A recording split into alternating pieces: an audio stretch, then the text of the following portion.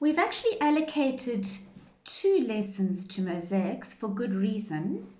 The one reason is the learners may not have completed their environments by the first lesson, as they have to choose the insect, they have to recreate the rubbings, collect the materials, and create the environment. But the other reason is that mosaics with magazine pieces are surprisingly time consuming. I remember the first time I tried to do this, I was thinking I was going to do it in one lesson, and I was really mistaken. Some learners take ages and others do it relatively quickly, but still more than one lesson is usually necessary, especially for a big object like this. I'm going to give you a couple of tips to assist the learners to work a little bit more quickly than might naturally be the case. The first thing is, when looking at magazines, I'm going to suggest that you suggest to the learners that they turn the magazine upside down. It'll be the right way for you, but upside down for me.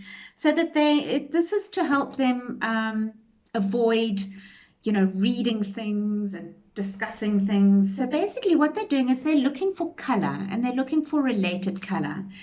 In this case, I am doing a leaf, and I have chosen as many different kinds of greens as possible. So I'm looking at a grass green, a forest green, a sea green, and we're going to be putting all of these greens together to create a multifaceted object for the insect to sit on.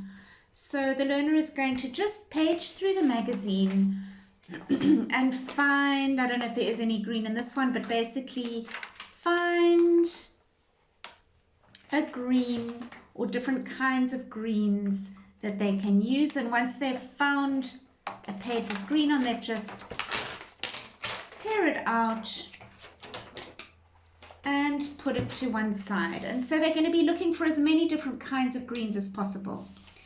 The next tip is they work much better if you actually suggest a size for the square. This particular size is approximately 2 centimeters by 2 centimeters.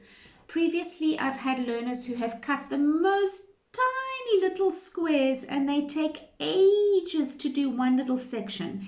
Everybody is different. You're going to get other learners that get completely bored within the first 5 minutes and want to stick pieces like this and then go, I finished. So you're really going to have to try and encourage some learners to keep going and be patient, and other learners to go a bit bigger and work a bit more quickly. So those are the tips that I've got for mosaicing.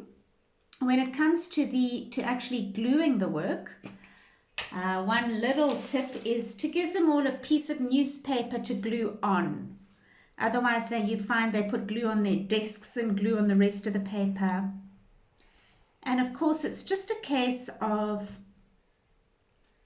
using your glue stick to put glue on the back of the square, and then placing it in such a way that the different colors, in this case green, the different color greens are placed next to each other.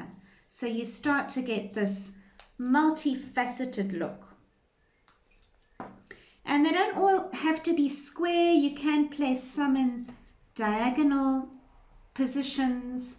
And so slowly you're going to be building up your leaf to create this very alive kind of look. And then just in terms of the details, such as the striations of the leaf, you can actually draw that in. You can draw over this with oil pastel later, or you could cut a strip and stick it on.